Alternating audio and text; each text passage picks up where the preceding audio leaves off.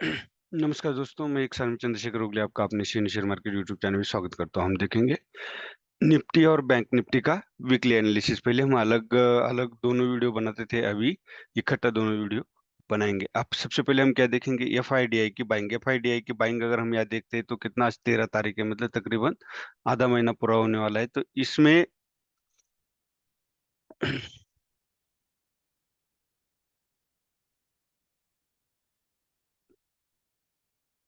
इसमें इस महीने की अगर बाइंग देखी जाए तो 10,718 करोड़ और 5,005 करोड़, मतलब टोटली 15,000 करोड़ की बाइंग दिख रही है। अगर हम प्रीवियस महीनों के देखते हैं तो इस महीने बहुत कम बाइंग है बाकी महीनों के कंपेयर में। यहाँ क्या, एफआईडीआई के अगर हम प्लस माइनस करते हैं, जैसे मई की अगर हम प्लस माइनस करते हैं तो भी यहाँ हो रहा है 8 5 13 हजार करोड़, यहाँ पे हो रहा है 6,000 करोड़। देखा जाए तो दोनों के मिला के ठीक ही है बाइंग। तो यहाँ पे भी मुझे बुलिश मार्केट नजर आता है। अगर वीकली कैंडल हम यहाँ देखते हैं निफ्टी की, कल आईटी सेक्टर बूम रहा। अगर देखा जाए तो विप्रो हो या एसएल टेक हो या टीसीएस हो, सबसे बढ़िया टीसीएस का जो रिजल्ट आया है, टीसीएस ने मार्केट को अच्छी तरह खींचा है। बहुत दिनों बाद मुझे लगता है इतना बड़ा शेयर जो 6% से ऊपर भागा है।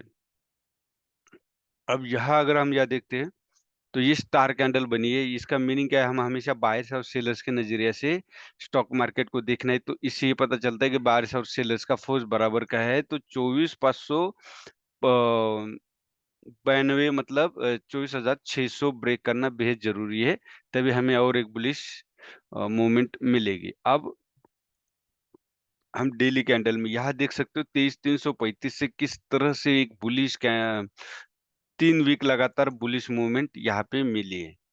अब वन डे की हम इसको क्या बोलते हैं, वीकली, वन डे, आवरली, इसको हम बोलते हैं टॉप टू बॉटम या टॉप टू डाउन एनालिसिस। ये एनालिसिस करना बेहद जरूरी है। अभी यहाँ पे देख सकते हो 23,335 के जो सपोर्ट से मार्केट कितना अपसाइड जा चुका है। लेकिन जो पहले हैंगिंग मैन कैंडल बनी थी, उसके बाद एक इनसाइड हैंगिंग मैन कैंडल बनी थी, उसको ब्रेक करते हुए अगर हम आवरली चार्ट यूज करते तो यहाँ आपको दिखाई देगा कि पिनट को ब्रेक किया है। लेकिन अपसाइड वीक है, ये वीक ये दर्शाती है कि फिलहाल इसमें सेलर्स, क्लोजिंग के समय सेलर्स ने मार्केट सेलर्स का मार्केट में दबाव रहा है। तो इसलिए मैंने बोला कि 24,600 ब्रेक होना बेहद जरूरी है। अब आवरली कैंडल से हमें क्लियर होगा कि क्या करना चाहिए। अब आवरली कैंडल से मुझे ये दिखता है कि पिनट को ब्रेक किया है। जहां से बायर्स एक्टिव हुए थे वो है 24,396, मतलब 24,400। तो 24,400 के पास एक बार आ सकता है, या तो इस ट्रेंड लाइन का सपोर्ट लेते हुए मार्केट अपसाइड जा सकता है। यहाँ डबल टॉप बन चुका है, आपको क्लियरली याद दिखाई देगा। यहाँ डबल टॉप बन चुका है, इस ट्रेंड लाइन का सपोर्ट ही ले सकता है। अब 5 मिनटों में देखेंगे क्या यहाँ ट्रेड किस तरह से बनता था। अब यहाँ पे आप देख सकते हो जो पीनट वो सवेरे ब्रेकआउट देने के बाद या सपोर्ट लिया, सपोर्ट के बाद दोबारा वो उस रेंज में आ गया था। आप यहाँ देख सकते हो, इस लाइन को भी अगर हम आगे खींचते हैं तो हमें पता चलता है ये।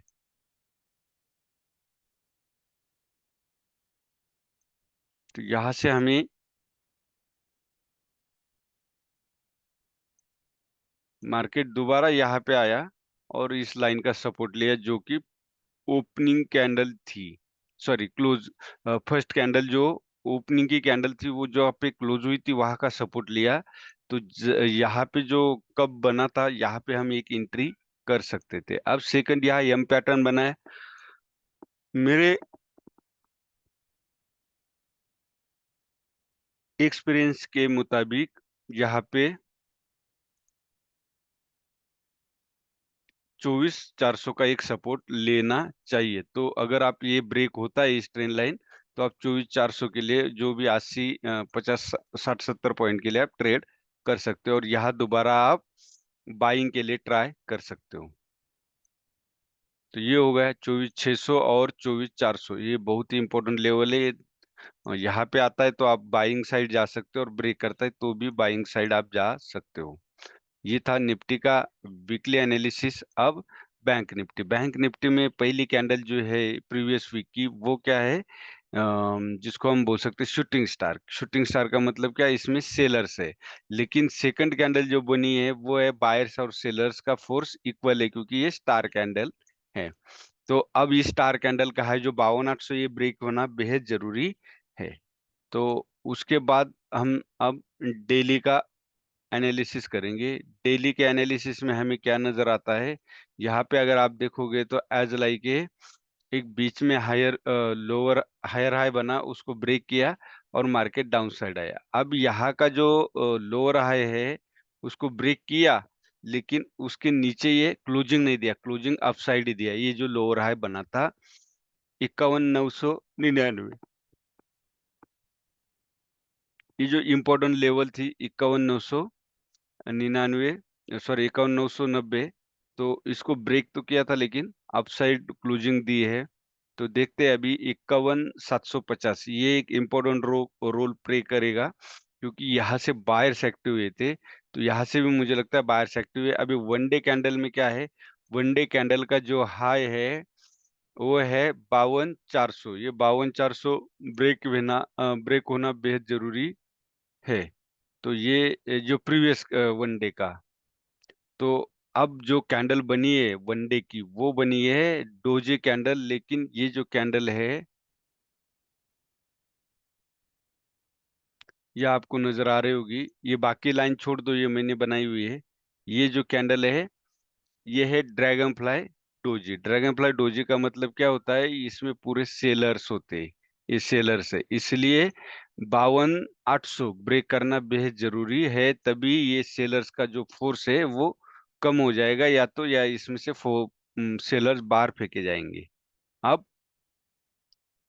हाँ, अब जो सपोर्ट जरूरी था, जो आवरली कैंडल में यहाँ सपोर्ट लिया था, वहीं पे मार्केट आया हुआ है। और मेरा एक्सपीरियंस के अनुसार मैं आपको ये बताऊंगा कि आप यहाँ पे बाय कर सकते हो। मार्केट दोबारा अगर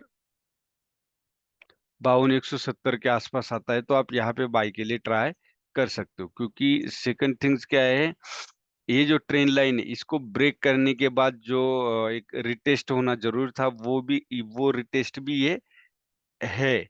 अब ये रिटेस्ट कितना कामयाब होता है ये कल पता चलेगा, अगर यहाँ से मार्केट अपसाइड मूवमेंट देता है तो। अदरवाइज समझ लो ये फेक ब्रेकआउट था।